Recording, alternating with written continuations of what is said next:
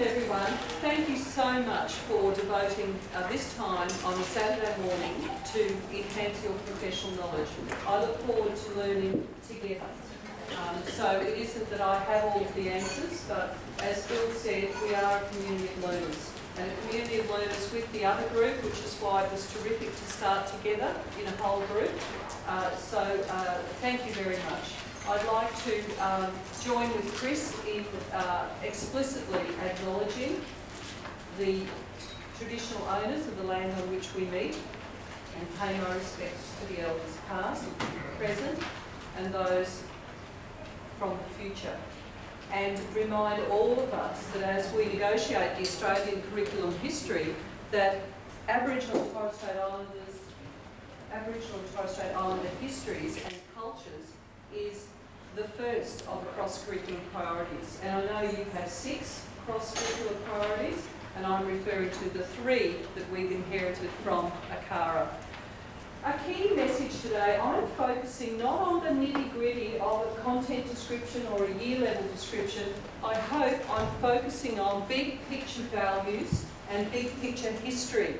Because what I believe passionately is if we come to the Australian curriculum, and I have it available online there, so don't be concerned if you've got your laptop in your bag, you don't have the password, and frankly on a Saturday you're far too weary to make it all happen, you'll see it there.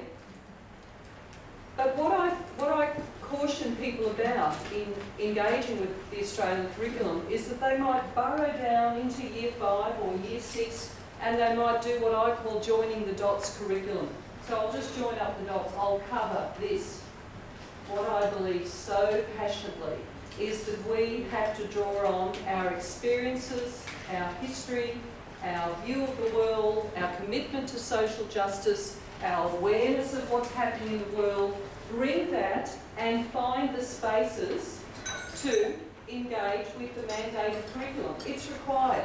Yes, we do have to address that particular year level description, that achievement standard and those content descriptions without a doubt. But my point is, I think we need to draw on who we are individually, who we want to be, who we are as a society, and the society we need to become. So that I don't think it's a digression, but I shared this with some of you. I have 2 sons who are nearly 27. One's a civil engineer and regularly comes up here to do inspections on boat jetties and things called dolphin birthing units. It's apparently not about dolphins giving birth. Apparently it's about boats coming up to the edge of the coast. As you can see, I don't know much about engineering. His twin brother's a PhD student doing cancer research, and they're not shy in giving me feedback on my views of the world. And a delightful little mechanism that you might choose to adopt during the course of the next hour plus is something that Sam developed many years ago. If he thinks my story is too elongated, too much detail, he just goes like this. Well, I shared that with a very large group when I was giving a keynote once, and I looked down to the front row, and there it was. Right, cut it down, Jenny. Obviously too much detail. So feel free to avail yourself of that. Now, why I share that is because pedagogy or teaching is all about power. And traditionally in teaching, we thought that the power was the teacher had all the power. They knew the answer. What was the poet thinking when she wrote this? That we knew because we were teachers. We knew what that dead poet thought, and we'll get full marks when the kids guess what's in our head. Certainly, teachers are the ones who've had the professional learning and expertise. But there's another interpretation of power, and that is that it's infiltrated with justice, that it's underpinned by justice, that yes, the teacher is responsible for the care, the pastoral care, and for the intellectual quality and for the learning of the students, along with some other variables that intersect. But in fact, we can share the power among the group. So my effort to displace myself as some kind of authority and to open up to a little technique like that is to say really that we are a community of learners, we're all learners together. And I think that's the kind of disposition that we need to have as we engage with a new curriculum. Because when we engage with a new curriculum, it's a chance to look at our pedagogies. And as you know, I am committed to inquiry-based pedagogy, which does not mean we throw out explicit teaching. We need explicit teaching. Education Queensland's got a handy little frame that says we can talk about direct teaching. I'm going to explain the 5 processes for this science experiment, or when you implement this genre, you need to do X, Y, and Z. Then there's indirect teaching, so inquiry approaches when students are investigating. Then there's experiential learning, as my friend Hilary Whitehouse from JCU here would say. You want the students to learn about substances, then get them in to add the ingredients and get their hands in through the glove, whatever they're making, and experience the phenomena. So direct, indirect, experiential, and interactive. So when I talk about inquiry-based learning, it isn't this scenario. Right, you've got your inquiry questions, they're great questions. I've got my new iPad, I can't wait to see what the 3 does compared to my iPad 2. I'll be in the corner, talk to your neighbour if you've got a question. If you could just settle it amongst yourselves. Now that project's due in 3 weeks' time. Okay, happy learning. And you retreat quietly to the side. I don't mean that. Professor Linda Darling-Hammond, who spoke at the QSA conference last year, has a wonderful book which I gave to the people in Nauru when I was working there recently. It's called Powerful Learning. What she's done is synthesise, she and a number of other authors, has synthesised the research on inquiry-based learning in 3 areas: design-based learning, problem-based learning, and another one, but under the heading of inquiry, and collaborative learning. So if people are challenging you on inquiry-based learning, that is a really good place to go. There's a fantastic film clip that I wanted to show yesterday with my group, but we didn't have the time, but you can search for it. It's Linda Darling-Hammond on becoming internationally competitive. And she talks about, I think if you're looking at Hattie's been not used in the way he intended it. If you're looking at Hattie, have a look at Linda Darling-Hammond, listen to her speak about quality education, and you will see a very strong 9-minute argument for inquiry-based learning. Now, by the way, she summarised the research in a very, very readable book. I've summarised her work in the book that's on Weebly that people who are in the project have access to. So there's someone at your school who's a project teacher or a lead teacher in history. And the book is called, the draft book that I've been working on for some time, called Inquiry for a Change. It's full of inquiry-based strategies, full of them. Do you recall what they are, Wendy? Reflecting on the purpose. Reflecting on the purpose. And reflecting on the process.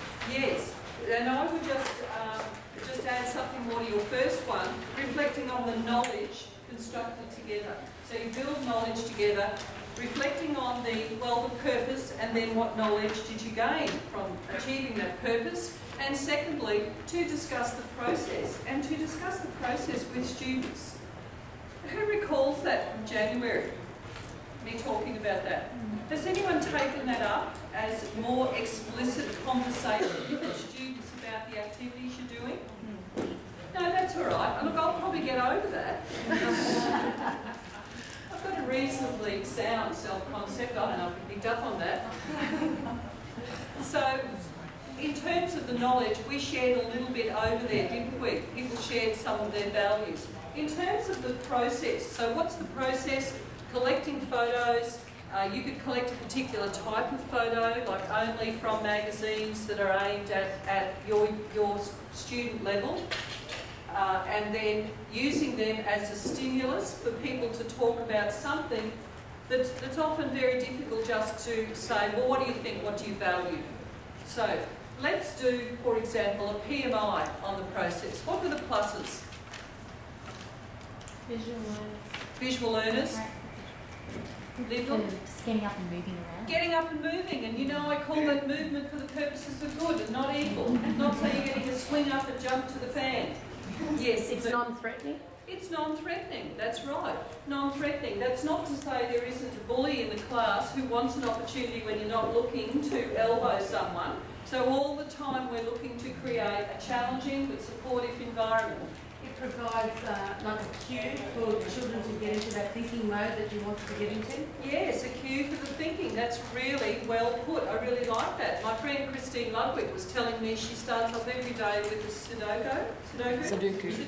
Yes, see, I can't do it. I can't even say it. So I'm not going to start on those. But also a puzzle. She has a jigsaw puzzle set up and she spends 10 minutes to get her brain going. That could be why sometimes I sit at my computer for an hour before, hardly ever though, I'm a morning person, I'm straight into it. But isn't that a great idea? What do you do to get your students? I used to put up, in the days of the overhead projector, a lateral thinking puzzle and just have that puzzle there. Year 9 English, they'd come in, they'd engage with the puzzle. They'd sit down, engage with the puzzle. Any other pluses? It's inclusive. Children don't really exactly. It's inclusive, so it isn't marginalising or silencing some people immediately. There's choice. There's choice. Choice. Choice is so important. The woman who was telling me the other day that her son, who's dyslexic and ADD, hadn't been doing his homework. They had a conference with the teacher. The teacher said, let's give the son a choice about whether he does his homework. Now he's doing his homework all the time because he wants to do it rather than being told. So there's just an interesting aspect in that. And remember we use Telstar? Yes? And so Telstar is a model of inquiry and we want our students to act in ways as inquirers, as historians do. So we've tuned into the topic of values through that what's in a picture. We've explored the program, and that's on your handout if you prefer to look downwards rather than up here. We've collaboratively created a graffiti wall based on your values. I shared the definition of values and it's on your handout, and we're about to participate in a silent conversation. And I'll just set up what we'll do with the silent conversation. We have 3 tables, and thank you very much for those people who are a bit displaced. On this table we have inhabit the present. On this one we have imagine the future. And over on this topic we have honour the past. How do we imagine the future as we teach history? Again, I'm not worried about what's in the Year 4 history. You might write something about topics. You might write something about how we learn history. How do we honour the past? Start with what history you know. What topics do we want somewhere in the F to 10 and then in 11 and 12, if we look at the whole gambit? What sort of topics or what specific topics do we need to explore to honour the past? What does it mean for knowing about Australians who fought for Australia in armed conflicts? What are the topics that are important? How do we do history? What kind of assessments do we do if we honour the past? What kind of resources do we use if we honour the past? What kind of documents? If we are inhabiting the present, the best example I can think of is the way in which I talk about big questions that are conceptual and connected. Could Nemo live in the Herbert River? The example from the wonderful cath ed teachers in Townsville. The concept of systems that fish need, and that particular fish, what sort it was, what sort of waters in the Herbert River, the judgment, the evaluation of doing it. What was family life great during the industrial revolution? We've looked at your values, we've made a graffiti board, we've considered how these represent, and maybe there are gaps, significance. Yes, and it's important to establish why something is significant. Number of people, impact it had, how long it lasted. Not just say, oh, I reckon that was really significant, but some criteria. We looked at this, and then you did a brilliant job, and this will be captured. How will we honour the past? How will we inhabit the present? How imagine the future, and as a little take-home task, so you continue to think about this